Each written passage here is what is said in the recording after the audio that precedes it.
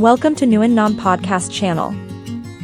In the 1700s, an ancient German breed, the Pinscher, contributed its genes to a new breed of small pinscher, which evolved into today's miniature pinscher. 2 centuries later, the Min Pin returned the favor and, with the assistance of a single brave and dedicated breeder named Werner Jung, saved the German pinscher from extinction. The real story begins even further back, when in the 7th century, a common farm dog possessing a certain head and type developed from the German Biberhund. In the 1300s, the Tanner, a hunting dog, was added to the gene pool. The Black and Tan Terrier, thought to be behind many of today's terriers and other breeds, entered the mix in the 1600s, and the breed evolved into the colorfully named Rattenfänger, a ratter and watchdog, which developed into today's German Pinscher, its name in the United States. The name derives from the English pinch or the French pincer, both of which succinctly describe what canine does to rodents.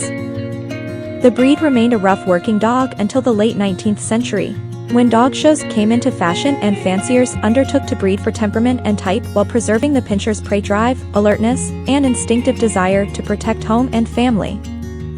Today, the look of vivacious intelligence that distinguishes the German pinscher reflects the essence of its history and function. For those who love these dogs, it's a pleasure to see thousands of years of breeding run true to this day. Pinscher and Schnauzer. The Pinscher and Schnauzer breeds evolved from the Old Pinscher as described in German texts of the late 1800s, during which time 2 distinct pinscher types, smooth and wire-haired, emerged. The glatt-haired pinscher is behind the miniature pinscher and German pinscher. The raw-haired pinscher is behind the offen pinscher, miniature schnauzer, and standard schnauzer. The giant schnauzer developed from the Münchener Schnauzer, the result of breeding the German wire-haired pinscher, the ancestor of the standard schnauzer, to a breed known as the Oberländer. In 1884, a German dog club published the first breed standard for the pinscher. Colors included rust yellow, black, iron gray, silver gray, flax blonde, dim gray-white, and white with gray dappling. The Doberman Pinscher, called Doberman in Germany, its country of origin, evolved independently of the Pinschers and Schnauzers. The breed was developed by Louis Doberman, who envisioned the ideal guard dog and companion, and used stock from the German Pinscher and other breeds. There are no records of exactly what these breeds were, but it has been speculated that the old German Shepherd, now extinct, and ancestors of today's Rottweiler and Weimaraner played a role. It has been documented that in about 1900 crosses were made to the Manchester Terrier and the Black English Greyhound, to give the Doberman its sleek appearance. The Pinscher narrowly escaped the fate of its extinct ancestors, the Biberhund, Tanner, and Black and Tan Terrier.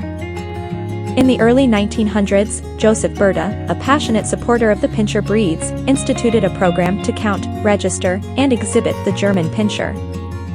However, following both World Wars, the breed's population fell precipitously. No litters were registered in West Germany from 1949 to 1958. To the rescue came the Pinscher's direct descendant, the miniature pinscher, which, it is thought, was developed using the dachshund for its keen hunting skills and the Italian greyhound for its style and grace. Werner Jung held the office of head breed warden in the 1950s for the Pinscher Schnauzer Club, founded in 1923 by Berta and an attorney, Dr. Zerhelen. Jung is credited with single-handedly saving the breed. He selected 4 oversized miniature pinschers, Yuta, a black bitch of his breeding, and 3 dogs, Illo, black color, First, red color, and Onzo, chocolate color. All were registered in 1958 by the PSK to recreate the pinscher.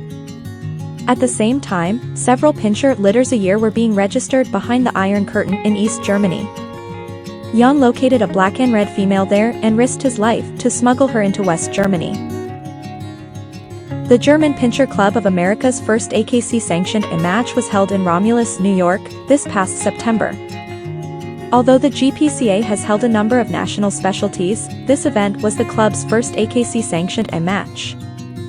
The GPCA is now eligible to hold a national specialty in which entries can earn points toward their AKC championships. It's an official AKC report card, an indication of how breeders are doing as the G evolves in this country. Since the GPCA began documenting its first German pinschers in its stud books brought from Germany in 1982, it has imported breeding stock from Germany, England, France, the Czech Republic, Finland, and Sweden. Considered a rare breed in this country until recently, the GP has achieved recognition through the persistence of a small group of breeders and the GPCA. In 2001, the AKC listed the breed in the miscellaneous class and registered 89 GPs, ranking the breed 139th of 150. On January 1, 2003, the GP became eligible to compete in the working group. Although there were only 29 entries in Romulus, the quality of most of the animals and the enthusiasm and dedication evidenced by breeders and exhibitors made the match a landmark occasion for the breed. The dogs were alert and curious. They readily approached strangers in a friendly manner. Shyness, considered a fault according to the standard, was nowhere to be found in or out of the ring. The dogs in Romulus were square-coupled, well-muscled, and sturdy without being coarse. Their gait was free and well-balanced, and they did not exhibit hackney movement. Heads were held high on gracefully arched, strong necks. Their eyes had the expression described in the German Pinscher standard as sharp, alert, and responsive. Beverly Capstick, who judged the match, gave the entry high marks. She was very pleased to see definite improvements since then, particularly in the square outlines, feet, top lines, and loin. Beverly remarked with satisfaction, "They're setting their type." The key word is moderate for this breed. At the same time, she advises judges not to stare down the German Pinscher because it's a very reactive breed. Capstick, who judges the working and herding groups and many other breeds, praises the overall balance of the dog that went best, bred by exhibitor Windemere's Siam de Charmettes. This dog exemplifies the breeding of the Des Charmettes kennel in Killingworth, Connecticut, which introduced stock from France in the early 1990s. In fact, most of the exhibits that went first and second in the classes carry the Des Charmettes suffix in their own name or that of the previous generation.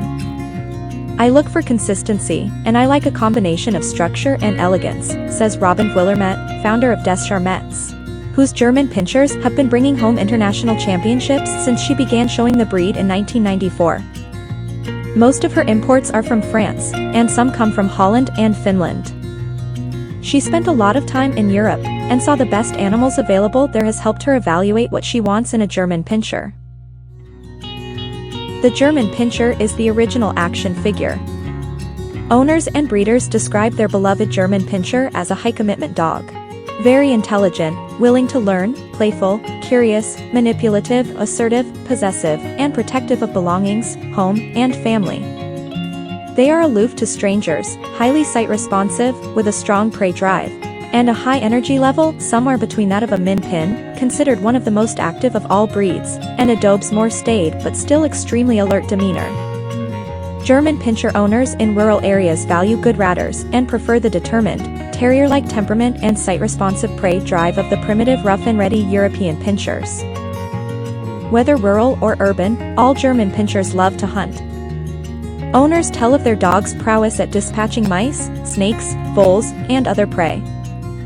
As with all breeds, early socialization and obedience training will make the difference between an unruly nuisance and a well-behaved companion. They are what you make them. If you are a take-charge, loving, conscientious owner who invests time to socialize, train, exercise, and play with your German Pinscher, you'll have a willing, devoted, and faithful watchdog and companion.